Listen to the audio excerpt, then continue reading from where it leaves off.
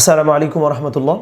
আচ্ছা, আমি একটা ছোট্ট প্রশ্ন করি যে মনে করেন দূরে কোথাও মিউজিক চলছে আর ইংরেজিতে কিছু একটা শোনা যাচ্ছে, আপনি কিন্তু কি বলবেন যে এটা হচ্ছে গান চলতেছে?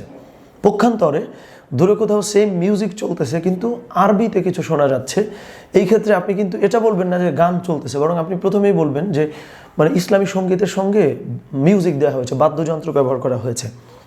কেন এই সময়ও তো বলা যেত যে ওখানে গান চলতেছে। তো উদাহরণটা আমরা কেন বললাম, কারণ আপনি যদি আরবি শোনেন সঙ্গে সঙ্গে আপনার মাথায় কিন্তু ধর্ম চলে আসে, সঙ্গে সঙ্গে আপনার মাথায় ইসলাম চলে আসে। কিন্তু এইটা কি সব ক্ষেত্রে আসলে প্রযোজ্য বা সব ক্ষেত্রে কি সত্য?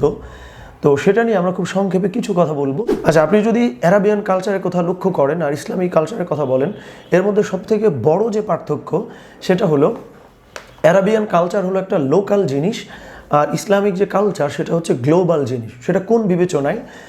যত অ্যারাবিক কান্ট্রিগুলো আছে এদের যে নিজস্ব সংস্কৃতির যে কাস্টমস, এদের যে ফুড হ্যাবিট, এদের যে ট্র্যাডিশন, এদের যে মিউজিক, এদের যে আর্ট, এই জিনিসগুলো কিন্তু তাদের লোকালি আমরা স্বীকার করছি, এবং এই লোকাল জিনিসগুলোই কিন্তু মূলত অ্যারাবিক কালচার বা অ্যারাবিয়ান কালচার।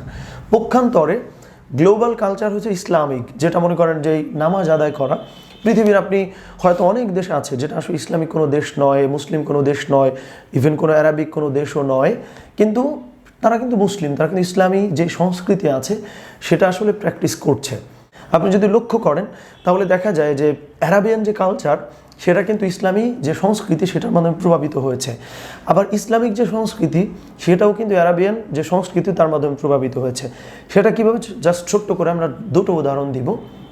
দেখেন, অ্যারাবিয়ান প্রচুর মানুষজন আছে যারা হয়তো ইসলাম প্র্যাকটিস করছে না, কিন্তু হাত থেকে একটা কিছু পড়ে গেলে তারা আল্লাহ আকবার বলছে, সুবহান আল্লাহ বলছে, বা সুন্দর একটা জিনিস দেখলে তারা মাশা আল্লাহ বলছে, বা আপনি তাকে হেল্প করেছেন সে কিন্তু আপনাকে আসলে থ্যাংক ইউ না বলে জাযাকুমুল্লাহ বলছে। এই যে বিষয়গুলো আপনি খেয়াল করে দেখেন, প্রচুর আল্লাহ শব্দের ব্যবহার করা, আল্লাহ আকবার বলা, সুবহান আল্লাহ বলা, এগুলো কিন্তু ইসলাম থেকে অ্যারাবিয়ান কালচারে ঢুকে গিয়েছে।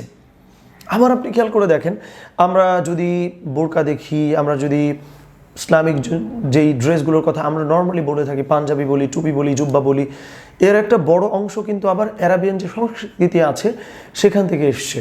মহানবী সাল্লাল্লাহু আলাইহি ওয়াসাল্লাম যেগুলো করেছেন সেটা তো নিঃসন্দেহে আমাদের জন্য সুন্নাহ, কিন্তু এর ভেতরে অনেক কিছু কিন্তু অ্যারাবিয়ান যে সংস্কৃতি ওখান থেকে চলে এসছে।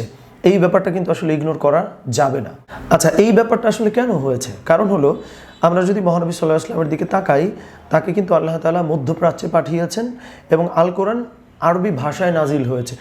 এইটা হচ্ছে সবথেকে বড় দুটো কারণ, যেই কারণে আসলে ইসলামের মধ্যে অনেক কিছু আমরা অনেক সময় দেখে থাকি যে অ্যারাবিয়ান কালচার দ্বারা প্রভাবিত হয়েছে। অনেক ক্ষেত্রে হয়তো হয়েছে, কিন্তু সব ক্ষেত্রে কিন্তু হয়নি। সো যাই হোক, এই র্যান্ডম আলাপের উদ্দেশ্য কিন্তু একটাই, উদ্দেশ্য হচ্ছে আমরা সমস্ত অ্যারাবিক জিনিসকেই কিন্তু সবসময় ইসলামিক বলা উচিত নয়। যদি আমরা বলি সেটা আমরা তাহলে ভুল করে ফেলবো। আবার সমস্ত নন অ্যারাবিক জিনিসকেই কিন্তু ইসলামের বাইরের জিনিস আসলে মনে করা যাবে না। এই ছোট্ট একটু কথা বা ছোট্ট একটা অংশ, যার মাধ্যমে কিন্তু আমাদের আচার আচরণ, আমাদের যেই মনোজাগতিক ব্যাপারগুলো আছে সেইখানে কিন্তু বড় ধরনের চেঞ্জ অনেক সময় চলে আসে বা ইম্প্যাক্ট পড়ে যায় আমাদের আচার আচরণে। সো এই জন্যে আমরা মনে করলাম যে এই দুটো ধারণার মধ্যকার যে ছোট্ট পার্থক্য, এটা একটু আপনাদের সঙ্গে শেয়ার করি। তো আল্লাহ তাআলা আমাদের সবাইকে ভালো রাখুক। আসসালামু আলাইকুম ওয়া রাহমাতুল্লাহি ওয়া বারাকাতুহু।